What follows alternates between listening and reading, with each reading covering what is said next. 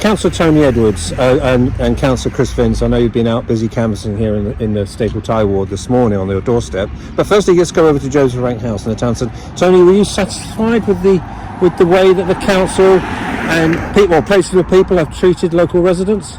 I'm disappointed, frankly. I mean, I didn't know anything about what was happening to Joseph Rank House until I saw your briefing actually in your Harlow. Which is a ward councillor. I find very, very disappointed, because I do understand that there have been some discussions between Places for People and the council previously, and I was just surprised that I wasn't given a prior briefing. On further investigation, it does seem that there are issues with the building, and I look forward to receiving the detail of that as to what exactly are the problems within that building, because it's only on the basis of that information that one can actually take a position as to whether or not what is happening is reasonable, and it's a reasonable response. But whether they're right or wrongs, it doesn't seem to be in tune with some sort of nurturing new communities for a 21st century Harlow, doesn't it? No, and again, I mean, in fact, when I first saw the response, I thought, no, let me stop. Yeah. Right, I'll do that question. Yeah. For the way that it's played out, it doesn't seem to be in tune with developing and nurturing communities in Harlow in the 21st century. Yes, and that's why I'm saying that there needs to be really good reasons as to why, if Places for People are saying this building does have to be demolished, then we need to know exactly what the reasons are. All I've had so far is a very, very outline briefing that there is some significant problems. I've not been given the detail, and as a ward councillor for that area, particularly when you've got there's about 150 I believe apartments in the house, so that's probably something like 300 residents. You've got 300 residents who are likely to be disrupted very much over the next sort of year, 18 months they're talking about. Well, there has to be good reason for disrupting that community. We've got a number of nurses that live, for example, in that community.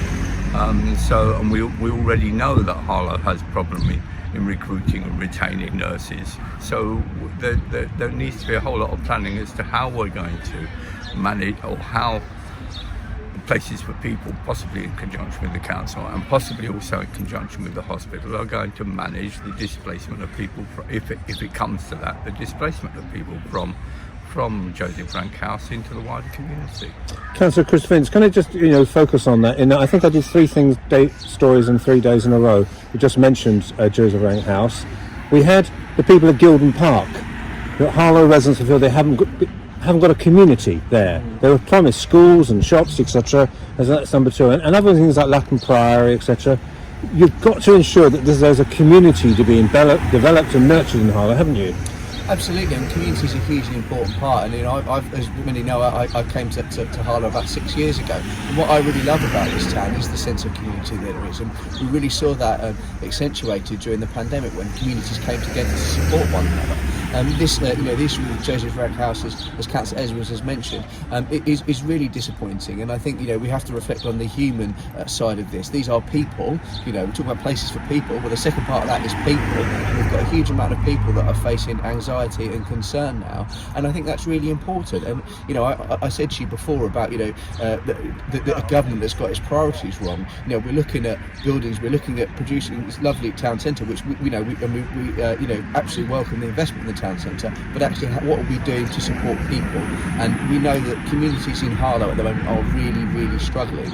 And on the point that Councillor Edwards made, and I think it really needs echoing about nurses and key workers at Joseph Rank House, we know of the huge amount of pressures that the NHS are under. I won't go on about that because I know you've done quite a lot of articles about it recently for obvious reasons, but we know the pressures. We know a lot of the residents from Joseph Rank House who are nurses, they're going to be forced to leave, it sounds like. Are they going to be forced to leave Harlow? Where are they going to go?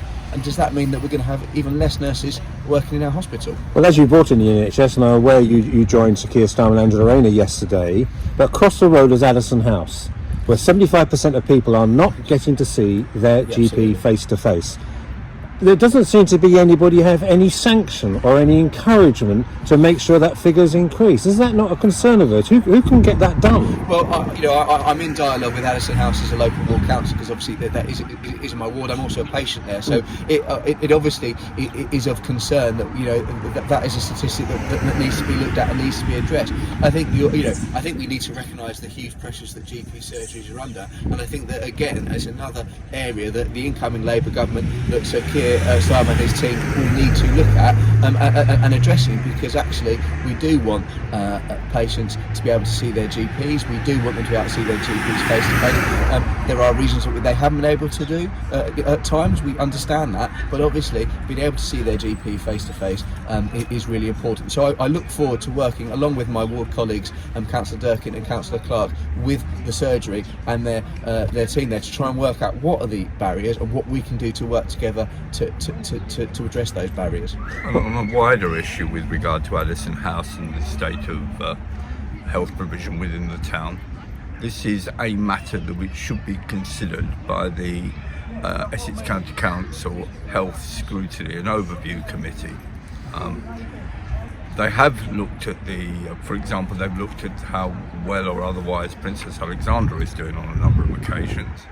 They have looked at GP surgeries across Essex on occasion, and I believe that this is something that certainly ought to be referred to that committee to actually sort of do a deep dive into how exactly are our GP surgeries function. So how does that done? Is that a matter of someone like yourself submitting it to, or putting pressure on the 4 Conservative councillors? It's done primarily via the 4 Conservative county councillors, because it's the 4 Conservative councillors. Suit is on that committee, and I believe Councillor David Carter is also on that committee, so it would be something that I would hope that they would look to be taking up, because they have a responsibility to take that forward. One of the things stressed by Sir Keir Starmer and Angela Rayner yesterday, Councillor Vince, was about hope, about 10-year plans, hope, etc. Is it important for you to get the balance right here in Harlow, to be hopeful, I know you've got to be critical friends and scrutinise, but even things like to celebrate when things are going well, levelling up money, etc., but also to scrutinise? Have you got to get the balance right?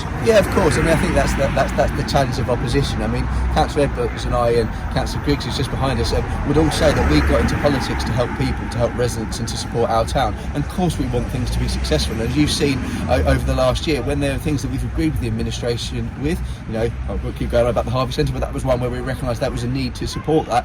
No, we will do that. We do welcome the fund, the funding that's coming into the town through the Levelling Up Fund, but we frankly think this is a government where their priorities are wrong, and actually we need to be doing more to support people. And I think when we hopefully Labour are back in administration as a council, and when we are in government, we want to be an administration who are supporting people and thinking about how we can support people. And of course, yes, they need homes, they need the infrastructure, which we've mentioned before, but it's about working with people to give them what they want. But I think that word that you used there, Michael, is really, really important, hope. Because I think we've seen over the last 13 years people losing a lot of hope. And I'll finish on this, Michael. We're now in a situation where we've had 13 years of Conservative government, and that directly parallels 13 years of Conservative government. Ask yourself this: are you better off now than you were 13 years ago? The answer is no. After 13 years of a Labour government, were you better off? The answer is yes. And the figures when it comes to NHS waiting times are absolutely startling. We are in a huge issue with waiting times in NHS. We've seen 13-hour waits in A&E alone. We do need a change, and I believe that Keir Starmer can bring that hope that we need in this town.